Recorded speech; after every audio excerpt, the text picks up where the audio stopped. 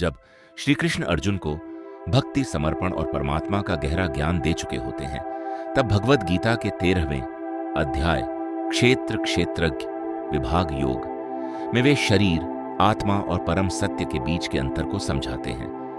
अर्जुन के मन में यह जानने की जिज्ञासा होती है कि यह शरीर क्या है, आत्मा क्या है और वास्तविक ज्ञान किसे कहा जाता है।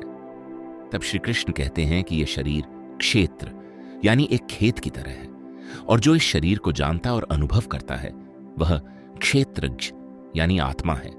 शरीर बदलता रहता है, जन्म लेता है, बूढ़ा होता है और नष्ट हो जाता है, लेकिन आत्मा इन सब परिवर्तनों से परे है, वह केवल साक्षी है। श्री कृष्ण समझाते हैं कि इंसान की सबसे बड़ी भूल यही है कि वह स्वयं को केवल शरीर मान लेता है। इसी कारण वह सुख दुख, मोह, भय और अहंकार में फंस जाता है। लेकिन जब इंसान यह समझ लेता है कि वह शरीर नहीं बल्कि चेतना स्वरूप आत्मा है, तब उसके भीतर वास्तविक ज्ञान का उदय होता है। इस अध्याय में श्री कृष्ण सच्चे ज्ञान के गुण भी बताते हैं।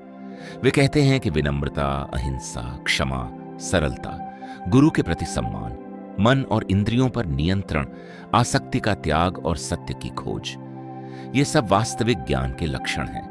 जबकि केवल बाहरी जानकारी और अहंकार से भरी बुद्धि सच्चा ज्ञान नहीं है।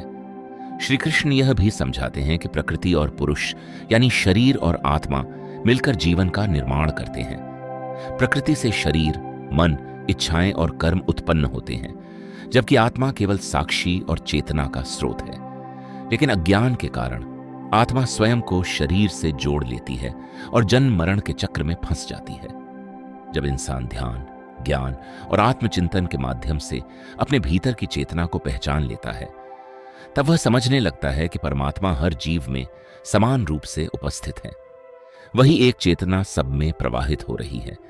इसलिए किसी से द्वेष या भेदभाव करना अज्ञान का संकेत है।